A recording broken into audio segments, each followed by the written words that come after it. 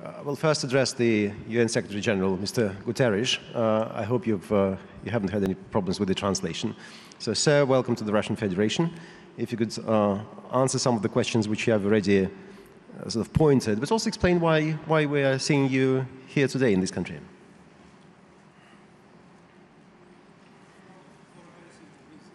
Could you switch on the mic, please? No. Well, for a very simple reason. I'm extremely grateful for this invitation, and I think it's a very important opportunity to discuss the problems of our international community and our global economy. And I would say that the main problem is a deficit of confidence, a deficit of trust.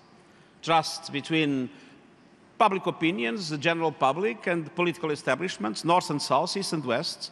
Trust between the same public opinions and the global governance mechanisms or international organizations, and trust among countries. And it is clear for me that we have had a process of globalization and technological progress that brought an enormous increase in wealth, an improvement in the living conditions around the world, even a reduction in the number of absolute poor, but at the same time it dramatically increased the inequalities among people. And also, to a certain extent, among countries, but essentially among people, even within the borders of each country. Today, the 8 richest persons in the world have the same amount of wealth of half of the world's population. And at the same time, the globalization, and especially the technological progress, left people behind, left regions behind, to a certain extent, countries behind. We have seen the discussion in the United States about the Rust Belt, how the Rust Belt had voted, the anxiety in the Rust Belt, the frustration in the Rust Belt. There are many Rust Belts around the world. And if one looks, for instance, at the problems of youth unemployment in the Middle East and North Africa, even also in the southern part of Europe, but especially in the Middle East and North Africa, they are not only a dramatic problem for the young people, a terrible handicap for their economies, but also a threat for a global security, because it is in youth unemployment in that area that terrorist organizations are recruiting now the elements that cause a tremendous impact in the lack of our global security. And so, in this situation, we see fragility. We see that a global upturn in the economy does not solve the problems everywhere. There are areas of fragility.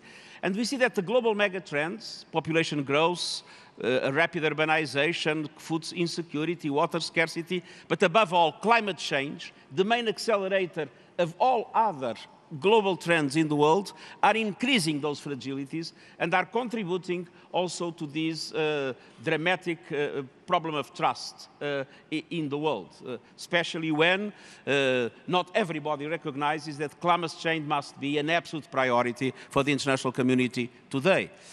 And on the other hand, all these things are linked to problems of conflict, conflict that is multiplying, conflicts that are more and more complex, interlinked, linked to the new threat of global terrorism.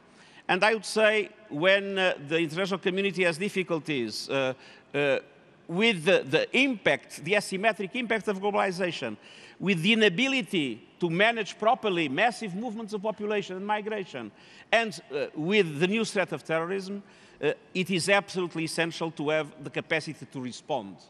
And there is a huge responsibility of the United Nations. But we need a reformed United Nations, much more effective, much more cost-effective, and much more linked to the needs of the people and to the aspirations of the people. That is why I'm so engaged both in the reform of the peace and security sector, the UN development system, and our internal management processes, in order to allow for the UN to be more able to prevent conflicts and to help in solving the conflicts that exist, in fighting more effectively and supporting states to fight more effective terrorism, but especially in promoting the kind of solutions we need for the globalization to be more fair, namely the Sustainable Development Goals and the implementation of the Paris Agreement on climate change, and to mobilize countries, international community, the business sector, in order to be able to address those challenges in a way in which people feel that governments, international organizations care for them, that nobody is left behind, and that trust can be re-established as a key tool in order to be able for us to face the challenges of today. Some might say, oh, we don't need the multilateral system of governance because the world is becoming multipolar, and multipolarity by itself will solve the problems and will bring harmony. That is a big mistake. If one looks at the Europe before the First World War, Europe was multipolar, but in the absence of a multilateral governance system, the result was the First World War.